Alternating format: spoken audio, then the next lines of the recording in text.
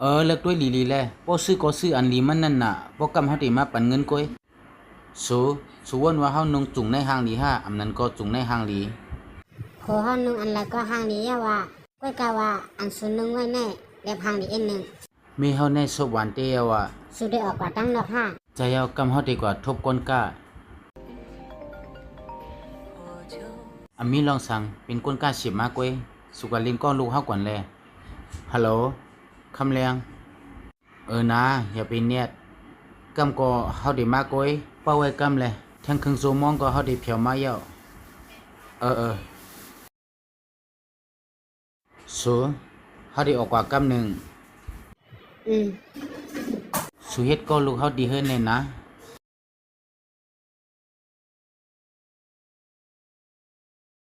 ลูกชายพอดีกว่าเหตุการณ์แล้วนะอันกว่าลูกตุ้ยทีวีอยู่เลยป้าไปนะป้ามนตุ้ยมันอีกหนึ่งนะ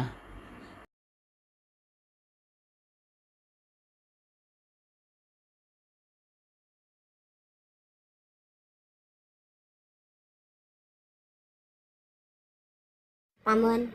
ใจเขาต้อยจะจำอีกหนึ่งนะฮัลโหลคำเลียง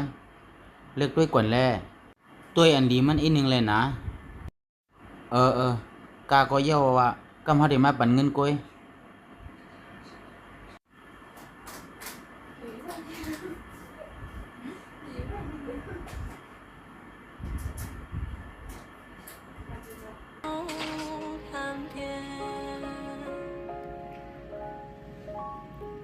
แม่เล่งเป็นเสน่ห์หน้าตาก่อนดีแม่เล่งอำอยู่ลีห้าอันเป็นซังข้าเฮ็ดเอ็นหนึ่งก้อยข้าได้เฮ็ดก็ขุนเจ้าอ่อนก้อยแม่เล่งกว่าลีเฮือแล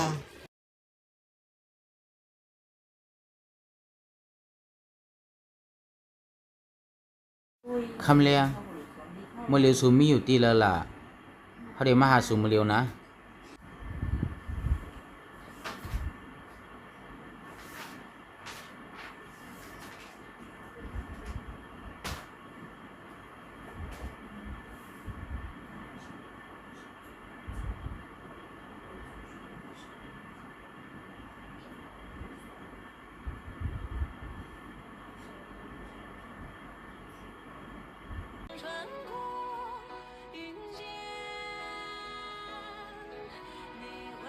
ฮัลโหล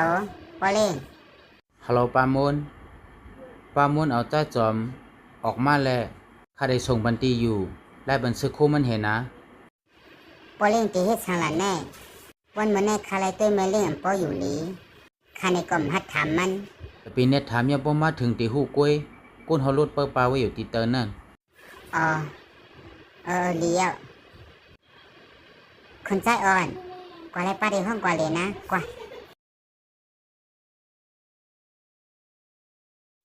พ่อเฮ้ยลูกชายปอเล่งให้ข้าห้องคนใจอ่อนมาตีในเฮ็ดสลากับกอปลาตีหูกล้วยวันมื้อแน่แม่เล่งอันป้ออยู่ลีอยู่ก็เหลียวตีเฮิรนมันในกล่อมฮู้ว่าข่าวคนใจอ่อนออกมาใจข้ามลีเสียอีกปอมอปึกจังไปเย็นแน่อำเป็นสังมื้อเร็วสิพงห้องมันแลอันมันว่ากูนลายใจจอมอำเลยเอามาให้มันเอามาส่งปันแลฮะตีหยกเล่นแม่เล่งห้าปาเซวันมื้อแน่มันอันป้ออยู่ลีกำป้องจะลำตีเฮ็ดหือมันอำเจ้าลำวันมื้อในเป็นวันรองเหยอะมันได้ยินจมกล้วยมันเดี่ยมเจ้าลำฉิบเลยเลี้ยวค่ะเปิดเสียงแห้งมันเลยนะสิพงหาแม่ก่อนนะฮัลโหลค่ะแม่เล่งข้าอ่อนคนใจอ่อนออกมาเล่นข้าเริ่มกลไล่คนใจอ่อนมาแม่เล่งเอามาส่งบันอีกหนึ่งจ่องไล่นายอยู่ก้อยอยู่ดีละล่ะอ๋อเลี้ยวแม่เล่งข้าได้ส่งบันตีอยู่มือเหลียวแน่แม่เล่งเน้นมาเลยนะมันหนุนไล่กลอยู่เลี้ยวค่ะลีแชมเตียวกำกว่าฮับมันนาพักตูเลยนะสังว่ามันเผียวมาอันตั้งปลาส่งข้อความมาลัดคาเลยนะถงมาปันคาเลยเลี้ยวเขาเด็กเข้ากว่าอันตั้งเยานะค่ะแม่เล่ง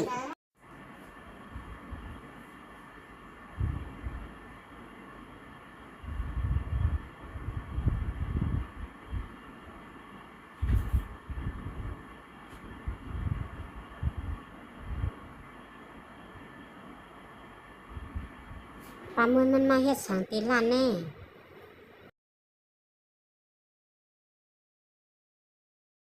ปามือเป็นสังเลมาตีล้านแน่ลูกค้าเลย คนใจอ่อนอยู่ตั้งเนิ่ไม่เล่นเข้ากว่าก็ตีเลยหางเหี่ยวอยู่ตั้งเนิ่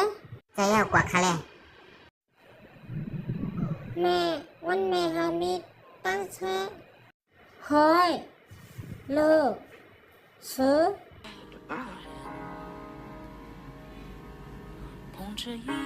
มาแล้วเลิกมินจะเมียวนะ สูด้วยก่อนลูกเฮาหางยังไม่ได้ปันสู เฮ้ยซื้อเฮ็ดให้เฮาตกใจกับเมื่อเฮายินเสียงเพิ่งเฮาอย่าว่าซื้อ ทางว่าเฮาเฮ็ดสังล่ะทางว่าเฮาหามีหน่วยแทงจึงนั้นห้า ตึกมหาราชอยู่ ควางบันอินนึงนะเฮาเฮ็ดให้สู่ไรวุ่นน้ำเยี่ยวกว่าไรเฮากว่านั่งก่อน เฮ้ยสู่หางเฮียนซัมบ่เป็นฐานนายเฮาแน่ เต้งด้วยก่อนลูกในเฮาให้โอ้ยกว่าเฮาเลิกปันเอิ้นแน่วันมื้อในเป็นวันแม่เฮาต่างตัวลูกเฮาเฮ็ดปันแม่ฮักมันมาแล้วเฮาได้ก็ห้อยปันสู ซื้อหาได้แต่กาเตียว อำไปเป้งกาขันอันลูกเฮาฮักแม่มันหังลิเตียว่าสูยินจมสูอันมีเยี่ยมค้างเฮาอยู่ตาเสเตเสมือเฮาไปมีสังต่อถึงยามเหลวการนาขึ้นในก็ห้อมและไม่เจอสังจอมเกี่ยวก็ลุมละด้วยถึงลูกเฮาไฮหลีสูเป็นแม่ใจจอมเสียมกาเป็นแม่ก็อันเฮาฮักได้เสเปิ้นจานในเฮาไลสูมาเป็นแม่และว่าเป็นรองกรรมดีเฮาติเตียวเอาในกว่านั้นน่าจะเฮาติมีสุกุข้าวยามฮักสูกว่าต่อโจเอาในกว่ามื้อนาลองสังเสียมว่าเฮาได้ป้องใจเนื้อสูเตรียมให้สูไล่ทบตั้งตู้และหยับจะจอมเฮาเตรียมให้สูไล่วนน้ำเฮาปันคอมันเกียนว่าตีลุ่มลาด้วยถึงสูกว่าต่อโจย่อก็ปันคอมันเกียนว่าเตรียมฮักหลังสูจานในเฮาได้ฮักผู้หญิงก็เหลียวก้อย